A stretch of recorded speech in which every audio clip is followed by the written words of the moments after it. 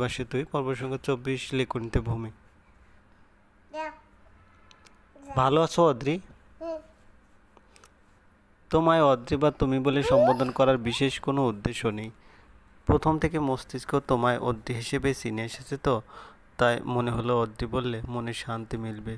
সে না হয় বাদ দাও, আমার প্রতি কি অনেক বেশি রাগ, ক্ষোভ, ঘৃণা ও অভিমান ও কি আছে? হয়তো। কেন আমার প্রতি তোমার এতটা রাগ, ঘৃণা, অভিমান? কেন ভালোবাসলে আমায়? প্রথম থেকেই তো আমায় বারংবার বলেছি আমি নামক যুবকটাকে তোমার জীবনে জড়াবে না। শুনোনি কেন? ভুগছো এখন? বেশ করেই তো ভুগছো। নিজেকে ইদানিং সেলফিশ মনে হয় খুব। তোমার সুখটুকু না কাটলেও বোধ হয় পারতাম আমি। তবুও ওই যে নিয়তি আমাকে দিয়ে তোমার প্রাপ্য সুখ পাওয়া পছন্দ করেনি। আমায় ক্ষমা করো অদ্রি। তোমার চোখ জোড়ার সেই বিষাক্ত ঘৃণিত চাহনি নিয়ে বেঁচে থাকা দায়। নিঃশ্বাস নেওয়া ভীষণ কঠিন। অদ্রি, নিয়তিকে কি পাল্টানো যায়? বদলানো যায় না আমার এই জীবনের নিয়তিটাকে? কে জানে, যদি নিয়তি না বদলায় তবে কি করবো? দেখা হবে আর খুব কাছ থেকে দেখতে পারবো তোমায়। সেই কণ্ঠটা শোনা হবে তো, আর অজুহাতে কাছে আসা হবে তোমার। আমি জানি না, কিছু জানি না, শুধু এটুকু জানি আমি তোমার থেকে সরে যাচ্ছে, অনেকটা দূরে সরে যাচ্ছে। যদি কোনোদিন ফিরি আমায় আগের মতোই ভালোবাসবে না, আর যদি না ফিরি তবে নিশ্চয়ই ভুলে যাবে আমায়। অদ্ভুত বিষয় কি জানো অদ্রি, রক্তিম চিরকাল চেয়েছে মানুষটাকে ভুলে যাক, মানুষের স্মৃতির পাতায় কোনোদিন যাতে রক্তিম নামক মানুষটা না থাকে। কিন্তু তোমার বেলাতে এসে আমার যত অভিমান, কেমন বাচ্চা বাচ্চা মনের মতো কান্না পাচ্ছে তুমি আমায় ভুলে যাবে ভেবে, ভালোবাসবে না ভেবে বিষাদে ভরে যাচ্ছে আমার মনটা। কেন জানো? উত্তরটা তোলা থাক। কোনো একদিন যদি নিয়তি আমায় উত্তরটা দেওয়ার সুযোগ দেয় অবশ্যই আমি জানিয়ে দেবো তোমায়। ভালো থেকো, তার খেয়াল রেখো। তাকে আমার মতো বাঁচতে দিও না প্লিজ। আমি জানি তুমি তাকে আগলে রাখবে। আমি না থাকলে আমারও শূন্যতাটাও বুঝতে দিবে না কি, তাই তো? প্রমিস। অদ্রিজা স্তব্ধ হয়ে চেয়ে রইল লাল রাঙা কাগজটার গুটি গুটি কালো কালির লেখাগুলোর দিকে। কেমন উদ্দেশ্যহীন লেখা। চিঠির শুরুতে তাকে কিছু দিয়ে সম্বোধন করেনি। অদ্ভুত। চিঠির ভিতরে লেখাগুলো ও বেশ অস্পষ্ট, তবে শেষের দিকের লাইনগুলো বুঝতে তেমন একটা বেগ পেতে হলো না। সৃষ্টিকর্তা এত কেন নিষ্ঠুর বুঝে উঠল না সে? মন প্রাণ দিয়ে এত চাওয়ার পরেও রক্তিম কি করে জেনে গেল প্রেগনেন্সির খবরটা? বুঝে উঠল না অদ্রিজা। রাগে মস্তিষ্ক যেন থেমে মেরে স্থির হয়ে রইল। কার উপর রাগ? কেন রাগ তাও বুঝলো না। কার উপর রাগ ঝাড়বে সেটাও মাথায় এলো না তার। মাথায় দুই হাত রেখে বসে রইল। ঠিক তখনই দরজার আড়ালে এসে দাঁড়ালো এক যুবক। চোখে মুখে তার উৎসুক দৃষ্টি, ভ্যাপসা গরমে চোখে মুখের বেহাল দশা। অদ্রিজা থমকালো, চাহনি নিয়ে যুবকটির দিকে তাকিয়ে বিরক্ত হলো। যুবকটার এখানে আসার তেমন কোনো কারণ খুঁজে না পেয়ে বিরক্তিটা দ্বিগুণ হলে চোখে মুখে তীব্র অসন্তোষ নিয়ে তাকাতে যুবকটি উসখুস করলো। মাথা নিচু করে রুমে ঢুকেই সোজা হয়ে দাঁড়ালো। নম্র কণ্ঠে বলে উঠল, কেমন আছো অদ্রি? অদ্রিজার দৃষ্টি নিক্ষিপ্ত হলো। এই লোকটার কারণে তার মায়ের সাথে এখন আর তার কথা হয় না। এই লোকটার কারণে রক্তিমের উদ্দেশ্যটা কত সুন্দরভাবে পূরণ হয়ে গেল।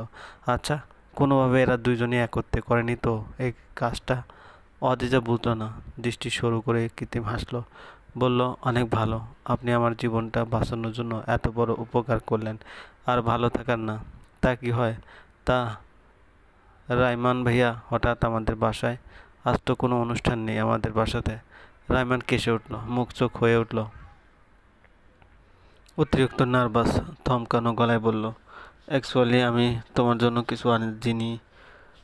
রাইমানের কথাটা শেষ হলো না, তার আগে এই রুমে প্রবেশ করলো এক সুন্দরী মেয়ে। গায়ের রং মোমের মতো সাদা, ফুলকো গাল, চুলগুলো দুই বেনুনি করা, পরনে টি শার্ট আর প্লাজো।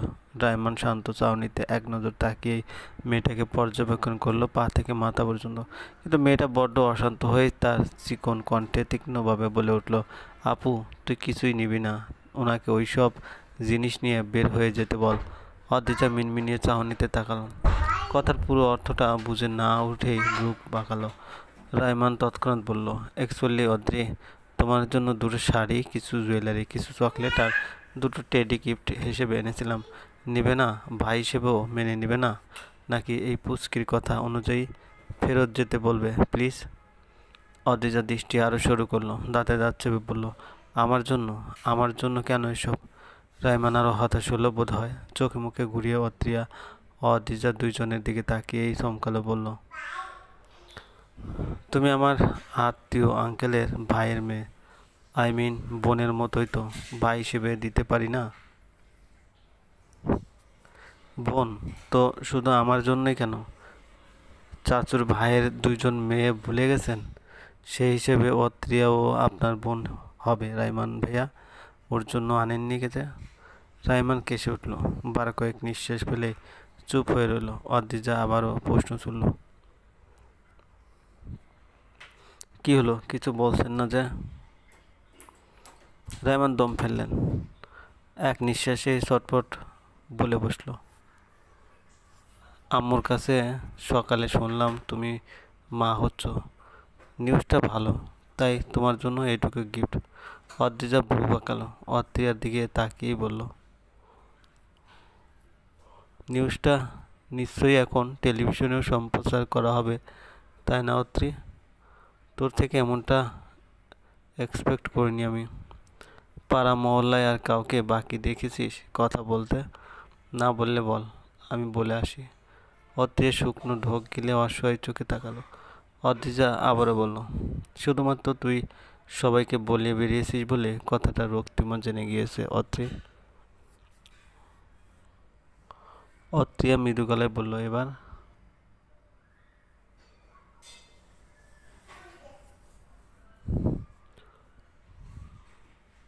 তো উনি তো চলে গেছেন, জানলেও কি না জানলেও কি, শুধু শুধু বকছিস আমায়?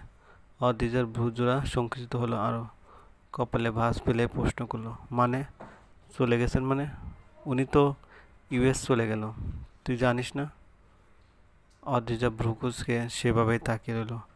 কিছুটা স্পষ্ট হলো মনের ভিতরে প্রশ্নগুলো, হয়তো তার জন্যই চিঠিটা পাঠিয়েছে। বাহ, যখন জানতে পারলো সে বাবা হতে যাচ্ছে, কয়েক মাস পর তার সন্তান পৃথিবীর আলো দেখবে,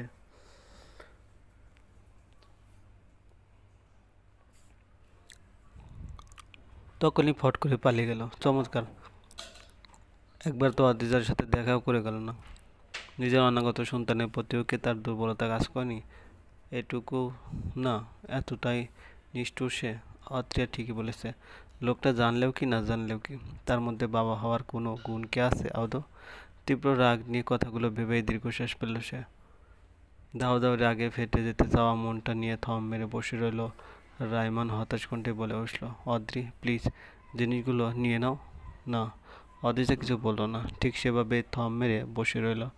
রাগে শরীর বহমান, রক্তগুলো টকবক করতেই মস্তিষ্ক প্রশ্ন ছিল, কার উপর এই রাগ? কেন এই রাগ? ওই মানুষটার উপর রাগ হওয়া সাজে না, চরম অন্যায়। তাও কেন রাগ হচ্ছে? সুস্পষ্ট কোনো উত্তর পাওয়া গেল না অবশ্য। দাঁতে দাঁত চেপে বসে থাকার মাঝেই রুমে প্রবেশ করলো আরও দুইজন অপরিচিত লোক। হাতে তাদের বিশাল এক পেন্টিংয়ে রং তুলি দিয়ে স্পষ্ট ফুটে উঠেছে মা শিশুর বিভিন্ন দৃশ্য, খেলা করা, আদো আদো পায়ে হাঁটা, চুল ধরে টানা সহ বিভিন্ন দৃশ্য একই পেন্টিংয়ে বেশ স্পষ্ট আর দক্ষভাবে এলোমেলো করে তুলে ধরেছে চিত্রকার। অদ্রিজা বেশ খুঁটিয়ে খুঁটিয়ে দেখলো সেই পেন্টিংটা, কয়েক সেকেন্ড মনে হলো বেশ পছন্দ হয়েছে তার এই পেন্টিংটা। বার কয়েক পেন্টিংটার দিকে তাকিয়ে রুমের জানালাটা দেখলো সে। জানালার শেপের থেকেও কিছুটা বড় হবে। বিশাল আকৃতি এই পেন্টিংটাও তার রুমে ঢুকানোর উদ্দেশ্য না বুঝেই ব্রুকুচকে বলল সে, এটা আমার রুমে আনছেন কেন? লোকটা উত্তর না দিয়ে প্রথমেই রায়মানের দিকে তাকালো। সে তাকানোর বদলে রায়মান মেকে হাসলো, গম্ভীর গলায় বলল, এটাও গিফট তোমার জন্য। প্লিজ না করো না অদ্রি, ধরে নাও তোমার কোনো ভাই গিফট করেছে, প্লিজ। না আপু, এইসব নেবে না, আপনি এসব ফেরত নিয়ে চলে যান। অত্রিয়ার কথাতে রায়মানের দৃষ্টিটা রাগে পরিণত হলে এবার অত্রিয়ার দিকে কিছুটা চেপে দাঁড়িয়ে এই রাগে ফুসফুস করে উঠল, গম্ভীর গত কণ্ঠে ফিসফিসে বলে উঠল,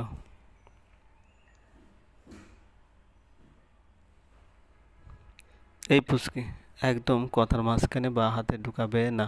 তোমার জন্য কিছু আনিনি বলে হিংসে হচ্ছে? বারবার ওর দিকে নিষেধ করেছো কেন? ফালতু মেয়ে, ফালতু মেয়ে?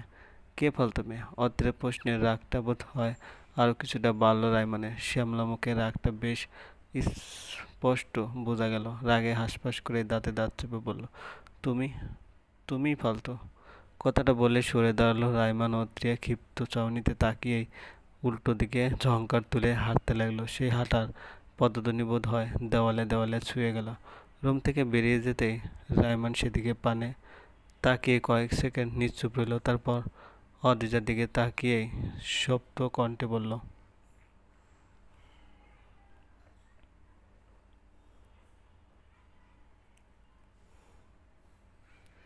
গিফটগুলো ঠিক তোমার পাওনাও নয় অদ্রিজা। গিফটগুলো তোমার ভেতর বেড়ে ওঠা সেই প্রাণটার জন্য। তোমার কোনো রাইট নেই তার প্রাপ্য গিফট ফেরত দেওয়া।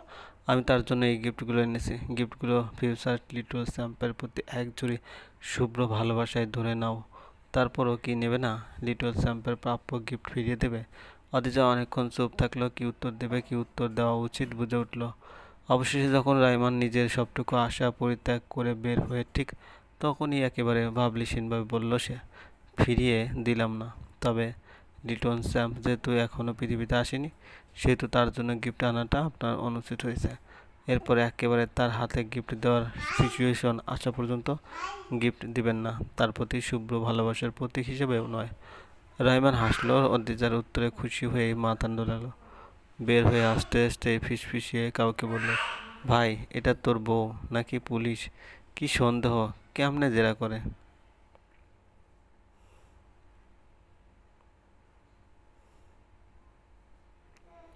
ভার্সিটির সামনের পার্কটা আজ বেশ খালি। পার্কের পাশে দাঁড়িয়েই ভিতরটা একবার নজর ফেলল নেহা। ঘামে ভেজা কপালটা হাতের তালুতে মুছে নিয়ে হাঁটতে লাগলো। হঠাৎ অনাকাঙ্ক্ষিত মুখটা এই সময় চোখে পড়তে থমকে দাঁড়ালো নেহা। এই কয়দিন যেভাবে এড়িয়ে এসেছে ঠিক সেভাবেই এড়িয়ে পাশ কাটিয়ে চলে যেতে লাগেও হঠাৎ থেমে গেল সে। দিহানের দিকে শান্তভাবে তাকিয়ে একদম নম্র কণ্ঠে বলল,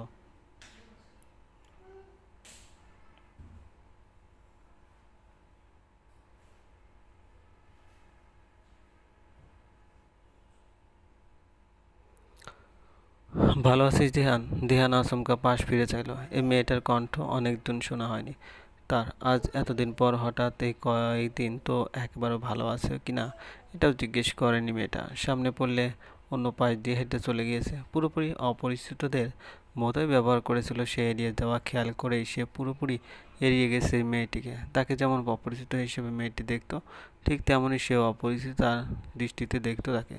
তবে আজ হঠাৎ কথা বলার কারণ বুঝল না দিহান। মৃদু হেসে মাথা চুলকে বলল, হ্যাঁ ভালোই তো আছি, তুই? নেহা হালকা হাসলো, আমিও ভালো। দিহান ওর অপেক্ষা করলো না। নেহার থেকে উত্তরটা পেয়ে পাশ দিয়ে হেঁটে চলে যেতে লাগলে নেহা আবারও ডাক দিল। দিহান কিছু না বুঝে মাথা ঘুরিয়ে চাইল। ভ্রু বাঁকিয়ে বলল, কি কিছু বলবি?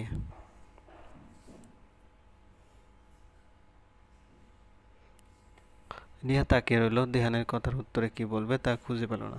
অনেকবার ভেবেও খুঁজে পেল না কি বলবে। বলার মতো কিছু আছে নাকি? হতাশ চাহনিতে বার কয়েক তাকিয়ে থেকে লম্বা শ্বাস পেল।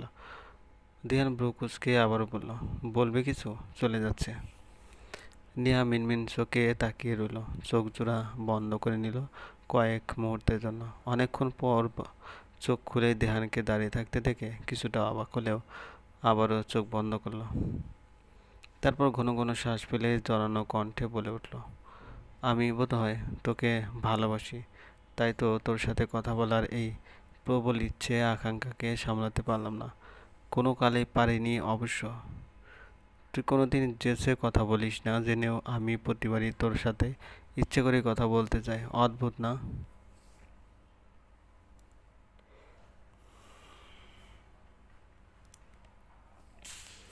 হঠাৎ এসব কথা কোনো সমস্যা?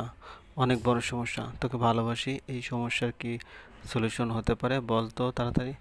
ধ্যান চুপসে গেল। হতাশ চাহনি ফেলে তাকালো নেহার দিকে। তাকে ভালোবেসে এর সমস্যার সমাধান আবার তার কাছেই চাইছে মেয়েটা। অদ্ভুত। চলবে। গল্পটি ভালো লাগলে অবশ্যই লাইক করবেন, কমেন্ট করে জানাবেন। চ্যানেলে যদি নতুন হয়ে থাকেন অবশ্যই সাবস্ক্রাইব করবেন। পাশে থাকা বেল আইকনটি প্রেস করে রাখবেন যাতে নতুন নতুন ভিডিও আপলোড করার সাথে সাথে আপনার নোটিফিকেশনে চলে যায়। আর অলরেডি যারা সাবস্ক্রাইব করে রেখেছেন তাদেরকে অসংখ্য ধন্যবাদ। ভালো থাকবেন।